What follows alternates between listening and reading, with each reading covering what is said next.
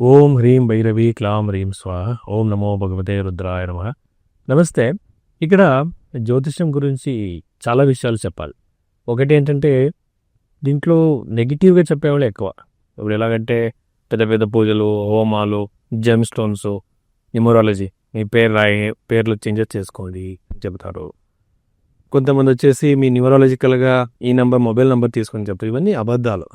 నిజమైన జ్యోతిష్యంలో నా ఒక ఇంట్రెస్ట్ ఎలా వచ్చిందంటే ఇది నిజమైన జ్యోతిషం ఉందా లేదా అని ఒక డౌట్ నాకు ఎప్పుడూ ఉండేది. సో దానికి సంబంధించినట్టు నేను చదివినప్పుడు, తెలుసుకున్నప్పుడు ఇంట్లో చాలా పెద్ద పెద్ద విషయాలు ఉన్నాయి. జ్యోతిషం అనేది అంత ఈజీ అనేది ఒక సబ్జెక్ట్ కాదు. ఇంట్లో ఏంటంటే కేవలం కాస్ట్లీ పూజలు చెప్పి డబ్బు సంపాదించే వాళ్ళే ఎక్కువగా ఉన్నారు, కానీ నిజంగా మన లైఫ్లో జరిగిన విషయాలు చెప్పేవాళ్ళు ఇంకేరు. సో అలా చెప్పాలంటే అది కష్టమైన విషయం ఏమీ కాదు. ఇప్పుడు బృహత్ జాతకం తీసుకోండి, బృహత్ పరాశర వరశాస్త్రం తీసుకోవచ్చు, సారావళి తీసుకోవచ్చు, మనసార అంటే ఇది వాస్తుకు సంబంధించినట్టు. ఇలాంటి కొన్ని గ్రంథాలు మీరు చూసినప్పుడు దాన్ని చాలా క్లియర్గా చెప్పారు ఎలా ప్రెడిక్షన్స్ ఇవ్వాలి ఏమి. సో అలా ప్రెడిక్షన్స్ ఇస్తే ఖచ్చితంగా లైఫ్లో జరిగే విషయాలు మనం చెప్పచ్చు, జరిగిన విషయాలు కూడా చెప్పచ్చు. సో నా రీసెర్చ్ అక్కడే ఉంది. నేను ఎక్కువ వేదిక ఆస్ట్రాలజీ, జెమిని, నాడీ జ్యోతిషము, నాడీ పామిస్ట్రీ, అలాగే వాస్తు, దాంట్లో కూడా వేదిక వాస్తుని ఒకటి, తంత్ర వాస్తుని ఒకటి అవుతుంది. దాని తర్వాత ఇంపార్టెంట్ ఏం చూసి అరచేతిలో ఉన్న రేఖలు, అంటే ఇది వెస్టర్న్ పామిస్ట్రీ లాగా ఇక్కడ రేఖలు, హెడ్ లైన్, హార్ట్ లైన్ చెప్పడం కాదు. నిజమైన జ్యోతిషంలో మ్యాచ్ చేయాలి. జాతకము, ప్రశ్నశాస్త్రము, జన్మకున్నవి ప్రెడిక్షన్స్ ఇవ్వచ్చు ఖచ్చితంగా. సో ఇలా నా రీసెర్చ్ పెరిగి నేను ఇప్పుడు ఏంటంటే దాని గురించి ఒక పుస్తకం రాయాలనుకుంటున్నాను. ఎందుకంటే ప్రజలకి ఒక నిజమైన జ్యోతిషం గురించి అవగాహన రావాలి. ఎందుకంటే దాంట్లో ఉన్న ఒక నమ్మకం పోగొట్టుకుంటున్నారు చాలామంది. సో ఇక్కడ నా రీసెర్చ్ పెరిగింది. ఇక్కడ దీని గురించి నేను కన్సల్టేషన్ ఇస్తున్నాను. ఒక జాతకం చెప్పడానికి టైం పడుతుంది, కానీ గైడెన్స్ దొరుకుతుంది. సో ఇన్ని విషయాలు నేను చెప్పాలనుకున్నాను. మీనరాశిలో పుట్టిన వాళ్ళకి ఈ ఒక సెప్టెంబర్ నెలలో ఎన్ని విషయాలు చెప్పచ్చు, తెలుసుకోవచ్చు, అర్థం చేసుకోవచ్చు, ప్రెడిక్షన్స్ గురించి తెలుసుకున్నాను. ఇప్పుడు మీనరాశి అంటే గురుగ్రహానికి సంబంధించిన ఒక రాశి. ఇది న్యాచురల్ జోడియాక్ సైన్ అంటారు. దాంట్లో 12వ రాశి.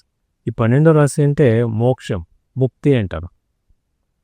హిందూ ధర్మంలో మెయిన్ ఉండే కాన్సెప్టే వచ్చేసి మోక్షం గురించి, ముక్తి గురించి. మనలో ఏమైపోయిందంటే జ్యోతిషం అంటే స్వామి ఇంత డబ్బు వస్తుందా, 10 ఇళ్ళు కట్టిస్తానా, వెహికల్ తీసుకుంటానా, ఇది కాదు. మన ఋషిమునులు అప్పుడే తెలుసుకున్నారు ఈ భోగం నుంచి మనం బయటికి రావాలి. అప్పుడే మనము నిజమైనట్టు ఒక సత్యాన్ని మనం అర్థం చేసుకోవచ్చు అనేసి దానికోసమే అష్టాంగ యోగంని చెప్పారు. అష్టాంగ యోగం అంటే యమ, నియమ, ఆయామ, ప్రాణాయామ, ప్రత్యాహార, ధారణ, సమాధి, ఇలాంటి స్టెప్ బై స్టెప్ మనిషి వెళ్ళాలి అని. ఎందుకంటే ఇప్పుడు ఆశ అనేది ఒక పెట్రోల్ పోసినట్టు అది ఎక్కువ అవుతూనే ఉంటుంది కదా, అది ఎండ్ లేదు. సెల్ఫ్ కంట్రోల్ చేసుకోవాలి మనం. మనదే అనేటి ఒక లిమిటేషన్ని మనం స్టాప్ చేసేయాలి. దీని గురించి ఒకసారి మనం మాట్లాడదాం.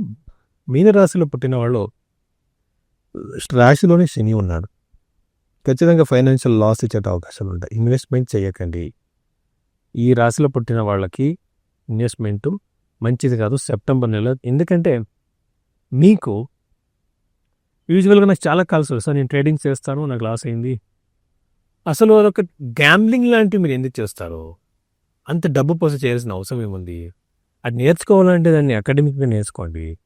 తర్వాత కానీ నాకు ఎంతోమంది అకాడమిక్గా ఉన్నవాళ్ళే చేస్తాం, లాస్ అయిపోయింది. సో అంటే చిన్న డబ్బు కాదు, కోట్యాంతర రూపాయలు అయిపోయింది స్వామి అని చెప్తుంటారు లాస్ చేసుకున్నారు. వాళ్ళ టైం పీరియడ్ చూసి ఇన్వెస్ట్మెంట్ చేయాలి. ఇప్పుడు ఈ రాశి వాళ్ళ ఇన్వెస్ట్మెంట్ ఖచ్చితంగా చేయకండి, లాస్ అయ్యే అవకాశాలు ఉన్నాయి. సప్తమ భావంలో కుజుడు చాలా రోజుల వరకు ఉంటాడు కాబట్టి సెప్టెంబర్ మంత్లో మ్యారిటల్ లైఫ్లో ఇష్యూస్, దాంపత్య జీవన ఇష్యూస్, పార్ట్నర్షిప్తో ఇష్యూస్ వస్తాయి. బ్యాంక్ లోన్ ఎక్కువయ్యే అవకాశాలు, అలాగే అప్పులు పెరిగే అవకాశాలు ఎక్కువ ఉన్నాయి. డబ్బుల గురించి కంట్రోల్ పెట్టండి. ఎంతోమంది స్వామి నాకు డబ్బులు లేవు, ఫైనాన్షియల్ ప్రాబ్లమ్స్, నాకు ఏదైనా మంత్రం చెప్పండి, యంత్రం ఇవ్వండి అంటారు. కానీ సైకలాజికల్గా వాళ్ళకి ఎక్కువ ఖర్చు పెట్టేట మనస్తత్వం ఉంటుంది. నేను యూజువల్గానే ఈ రింగ్ ఫింగర్ పొడవుగా ఉన్న వాళ్ళకి యూజువల్గా లావిష్నెస్ ఎక్కువ ఖర్చు పెట్టేసి చూసాను. అందుకని ఈ ఒక లావిష్నెస్ను మన ఆలోచన వల్ల తగ్గించుకోవాలి. నేను ఒక ఎక్కువ కొటేషన్ చదివాను. ఏంటంటే అవసరం లేని వస్తువుని కొనకండి, ఇష్టమైంది కొనకండి. అంటే అన్ని వస్తువుల మీద మనకి ఇష్టం వస్తుంది, కావాలి అనిపిస్తుంది, కానీ ఇది అవసరమా, ఆవశ్యకత ఉందా అని తెలుసుకొని కొనుక్కోవాలి. సో ఇలాంటిది మనం విషయాలు మనం తెలుసుకోము. మనం అనవసరంగా ఏ డబ్బులు ఖర్చు పెట్టి తర్వాత లక్ష్మిని పూజిస్తే ఏ ఒక్క లాభం లేదు. దేవుడు మనకి బుద్ధిశక్తి ఇచ్చాడు, దాన్ని ఫస్ట్ వాడుకోవాలి. తర్వాత జాతకంలో కొన్ని ఇష్యూస్ ఉంటాయి, ఫైనాన్షియల్ ప్రాబ్లమ్స్ ఇష్యూస్, దారిద్ర యోగాలను కూడా కొంత ఇదే ఉంది. బృహజ్జాతకము, పరాశర పరశాస్త్రంలో ఒక సెపరేట్ చాప్టర్ వాళ్ళకి రెమెడీస్ పనిచేస్తాయి. ఎందుకంటే మనం చేసిన కర్మ వల్ల మనకు అన్ని ఇష్యూస్ వస్తాయి. ఆ విషయం అనుభవించడానికి నిజంగా పుట్టాం. దాన్ని తగ్గించుకోవడానికి ఉన్న మార్గాలు మంత్రజపాలు, యంత్రము, మంత్రము, తంత్రం అంట. ఈ 3 వల్లనే మనం సరి చేసుకోవాలి. సో ఇప్పుడు మనము మీనరాశికి మనం చూస్తే చతుర్థవం బాగుంది కాబట్టి ఫ్యామిలీ హ్యాపీనెస్, ఫ్యామిలీతో ఎక్కువ టైం గడిపే అవకాశాలు, ఫ్యామిలీతో బయటికి వెళ్ళే అవకాశాలు, చాలా హ్యాపీనెస్ క్రియేట్ అవుతాయి.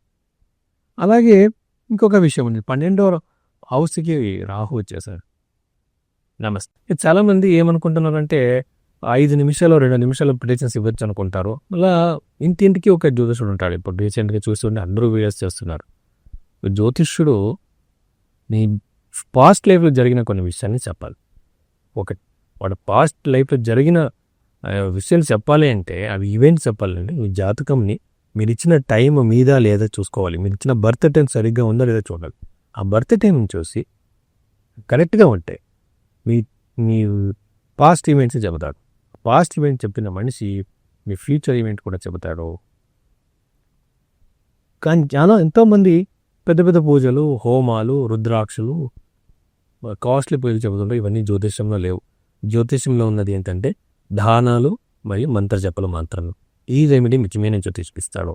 న్యూమరాలజీ రెమెడీస్ ఒక పేపర్లో మీ కష్టం రాసి కాల్ చేయని చెప్పేట మ్యాజికల్ రెమెడీ ఏ జ్యోతిషుడు ఇవ్వడు.